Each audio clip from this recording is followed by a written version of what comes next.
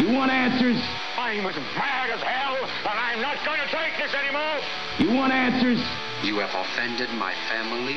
I think I'm entitled. You want answers? I want the truth! And you have offended Shaolin Temple. You can't handle the truth! Surely you can't be serious.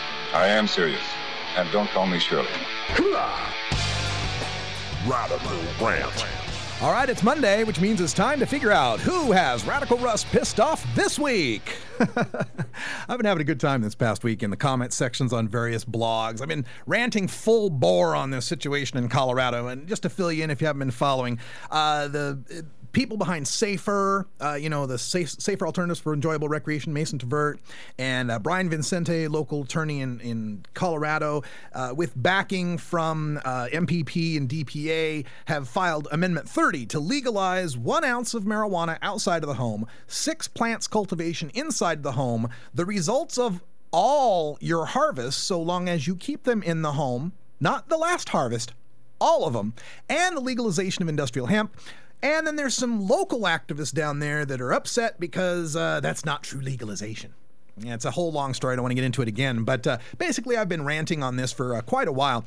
And specifically, my problem is that you can't really call yourself anti-prohibition or a marijuana legalization activist if you're fighting tooth and nail against something that would legalize, would make legal. Maybe not as much or as how you would like it, but legal nonetheless. So I disparaged some of them. I called some of them batshit crazy and full-blown wackaloons. So yeah, I got a little mad.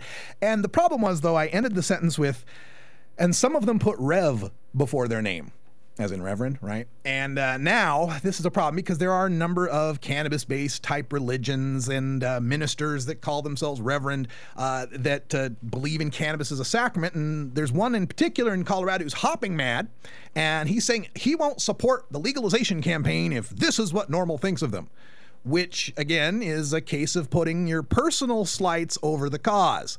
It shouldn't matter one iota what I think. And it was my personal comment, not a normal comment, but it shouldn't matter one iota what I think, because if it changes your support of ending the prohibition of your sacrament, you should be for it. And if you're against it, I question how much you really consider it a sacrament. I mean, the head of the NAACP could call me out personally as an ignorant inbred cracker, and it wouldn't shake my support of the NAACP or ending racism one bit. I know to put the personal aside and support the cause regardless. Now, this whole subject of cannabis and religion is somewhat difficult for me because I am an atheist. So for me to distinguish between the people who sincerely believe the entire universe was created so sentient hairless apes on one particular wet rock could praise its creator by consuming in great quantity one particular plant life form the creator made holy, from the people who choose to insincerely parrot a belief structure to avoid prison time, is kind of like asking me to figure out which is faster, a unicorn or the Starship Enterprise. But I am assured that there are indeed plenty of very devout believers in cannabis sacrament as a part of their greater religious spirituality. And I'm a First Amendment supporter, man. You got your religious rights. I totally believe in that. And certainly the Rastafarians and the Coptic Christians have been espousing this belief in cannabis sacrament for a very long time. But even the modern religions that have sprung up in the past few decades, recognizing cannabis as sacrament, they really don't need to clear any hurdle higher than Henry VIII wanting divorce in 1534, or Joseph Smith wanting multiple wives in 1830, or L. Ron Hubbard writing a sci-fi novel in 1953. So long as your religion is more than just, let's smoke a lot of pot, I'm fine with it. However, in my work as covering marijuana law reform, for every devout, sincere man of faith that I find, there's dozens I find who are just recreational pot smokers who cloak themselves in the mantle of false piety in an attempt to avoid persecution. Now, these are the Revs I'm disparaging. They are just about as religious as an 18-year-old in 1969 who suddenly became a religious conscientious objector when his number came up in a draft lottery. I feel that those types simultaneously damage the credibility of both marijuana law reform and religious faith in a marijuana sacrament.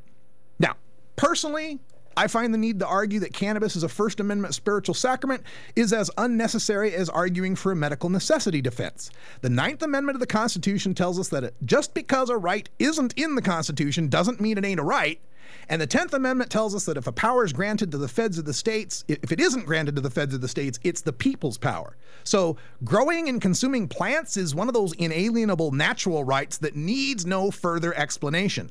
Whether you believe it's a sacrament, medicine, or just a good time, it's your right. So, to the Revs out there, I apologize for disparaging you if that's what it takes to get you on board for legalizing your sacrament.